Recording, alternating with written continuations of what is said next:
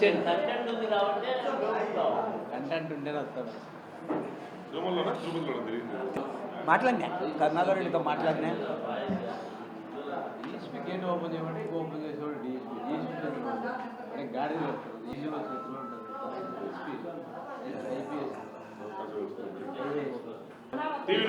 తిరుమల నమస్కారం.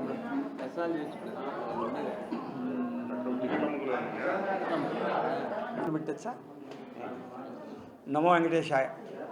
నిన్నటి దినం తిరుపతిలో మన వెంకటేశ్వర స్వామి భక్తులు తొక్కిసలాటలో 6 మంది మరణించారు. ఇప్పటికీ 39 మంది గాయపడి హాస్పిటల్లో ఉన్నట్టు తెలుస్తూ ఉంది. ఒక్క విషయం, ఇది వైకుంఠ ఏకాదశి నాడు ఈ సర్వదర్శనం, ఇది తూర్పు ద్వార వైకుంఠ ద్వార దర్శనానికి భక్తులు చాలా ఎక్కువగా ప్రతి సంవత్సరం వస్తుంటారు.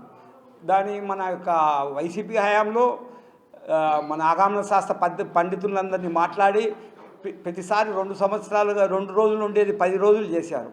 చేసి అందరికీ దర్శనాలు కల్పించే వీలు కల్పించింది ఆనాటి యొక్క టీటీడీ బోర్డు. ఏనాడు కూడా తిరుమల చరిత్రలో ఇంతవరకు ఇటువంటి ఘోర అపచారం జరిగిందే లేదు. ఇంతటి అపచారానికి జరిగేదానికి కారణాలైన చైర్మన్ గారు, అడిషనల్ ఈఓ వెంకయ్య చౌదరి గారు తను దేవుని కన్నా చంద్రబాబు గారికి సేవలో ఎప్పుడు నిమగ్నమై ఉంటాడు. టీడీపీ వాళ్ళ సేవలో నిమగ్నమై ఉంటాడు. ప్రతిదీ ఆయనే చూసుకుంటాడు. ఆయన నాదే అంతా నాదే అని చేస్తుంటాడు. మరి ఈనాడు జరిగిన దీనికి ఏదో డివైఎస్పీ మీద వేయడం మంచిది కాదు. మొత్తం టీటీడీ పాలక మండలి అంతా దీనికి బాధ్యత వహించాల్సిందే. చైర్మన్ గారు ఏమంటున్నారు, ఇది నాకు ముందే తెలుసు, అయినా ఇదంతా దేవుని కార్యం, నేను ఆ దేవుడిని చేసినాడు, నేనేం చేయగలను అంటాడు.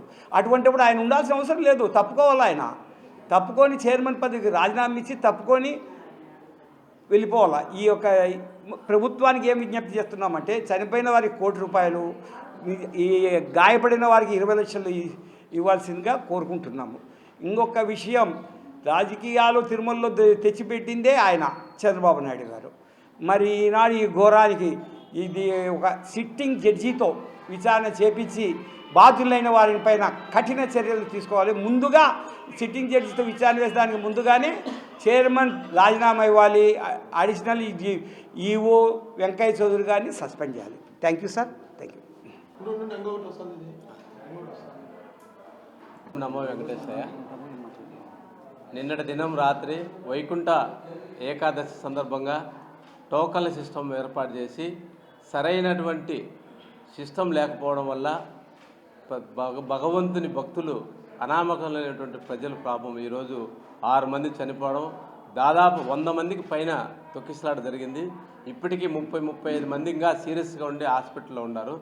ఎంత దారుణమైన పరిస్థితి అంటే, ఇది కేవలం అక్కడ ఉన్నటువంటి పాలకవర్గము అధికారుల చేతరానితనం వల్లనే జరిగింది.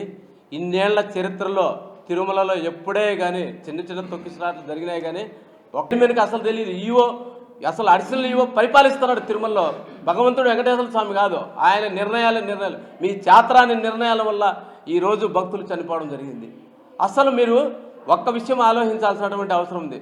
చైర్మన్ గారు ఏ అర్హతతో ఇచ్చారు?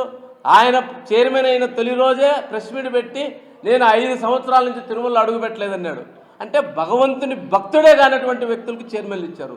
కేవలం తన పాలకవర్గం మొత్తం రాజకీయ స్వార్థంతో ఈరోజు ఉండడం వల్ల అధికారులకి, పాలకవర్గాలకి, ప్రభుత్వానికి సమన్వయం లేకపోవడం వల్ల కేవలం వాళ్ళ యొక్క మీడియాలో చూపించుకునేటువంటి పబ్లిసిటీ పిచ్చి తప్ప భగవంతుడి దగ్గరికి వచ్చేటటువంటి భక్తుల యొక్క జనాలు ఎంతమంది వచ్చారో వీళ్ళకి ఏ విధమైనటువంటి వసతి కల్పించాలా?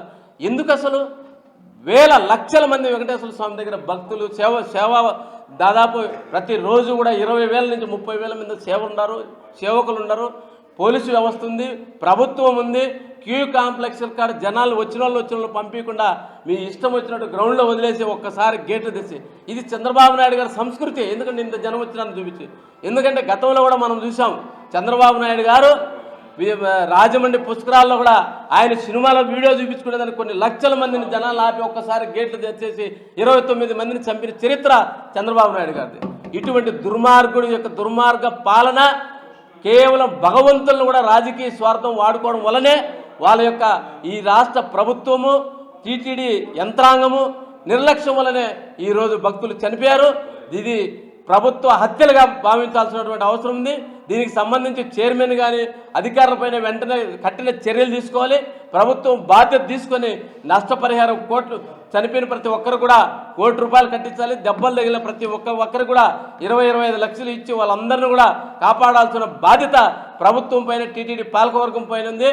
భగవంతుని భక్తి లేనటువంటి వ్యక్తి ఈ పాలకవర్గానికి ప్రపంచ దేశాలన్నీ కూడా ముఖ్యమైనటువంటి 125 కోట్ల హిందూ భక్తుల యొక్క పరమాత్ముడైన వెంకటేశ్వర స్వామి పాలకవర్గ చైర్మన్గా అనర్హుడు. వెంటనే అతన్ని తొలగించాలి. ఆ తిరుమలలో ఏఈఓ గారు మొత్తం ఆయనే పరిపాలించేటువంటి చేతనాన్ని తప్పుడు నిర్ణయాల వల్ల ఇటువంటి వాళ్ళని తప్పించి వెంటనే వాళ్ళపైన చర్య తీసుకోవాలని కూడా ప్రజల తరఫున భక్తుల తరఫున మేము డిమాండ్ చేస్తున్నాం. 6 మంది చనిపోవడం, అనేక మంది గాయపడడం మనమందరం కూడా చూడడం జరిగింది. మరి దీనికి బాధ్యత ప్రభుత్వం వహించాలా, పాలక మండలి వహించాలా? అంతేకాకుండా డిప్యూటీ సీఎం గారు గతంలో లడ్డూ కోసం సనాతన బాబా అని ఒక కొత్త అవతారం ఎత్తి ఏదో సనాతన ధర్మాన్ని నేనే ఉద్ధరిస్తాడా, ఈ హిందూ ధర్మాన్ని నేనే కాపాడుతాడా అని ఏదో ఒక మాలేసుకొని చెప్పులు వేసుకొని కొండపైకి ఎక్కినటువంటి వ్యక్తి. మరి ఆయన ఈరోజు ఈ ప్రభుత్వం, కూటమి ప్రభుత్వంలో ఆయన కూడా భాగస్వామి. మరి ఎవరి మీద చర్యలు తీసుకుంటాడో ఆ సనాతన బాబా చెప్పాల్సినటువంటి అవసరం ఉంది. ఇక్కడ ఏదో గాలివీడిలో ఒక చిన్న గొడవ జరిగితే కడపలో నేను క్యాంప్ ఆఫీస్ పెడతా, నేనేదో ఇక్కడ వచ్చేసి శాంతి భద్రతలు కాపాడుతా అంటున్నాడు.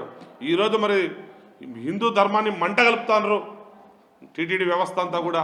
మరి అక్కడ పోయి నువ్వు క్యాంప్ ఆఫీస్ పెడతావో, మరి అక్కడ ఈరోజు చావడానికి కారణమైన వాళ్ళందరినీ కూడా నువ్వు వారి మీద ఏమి చర్య తీసుకుంటావో ప్రజలకు వివరించాలని చెప్పి సనాతన బాబా గారిని మేము ప్రశ్నిస్తూ ఉన్నాం.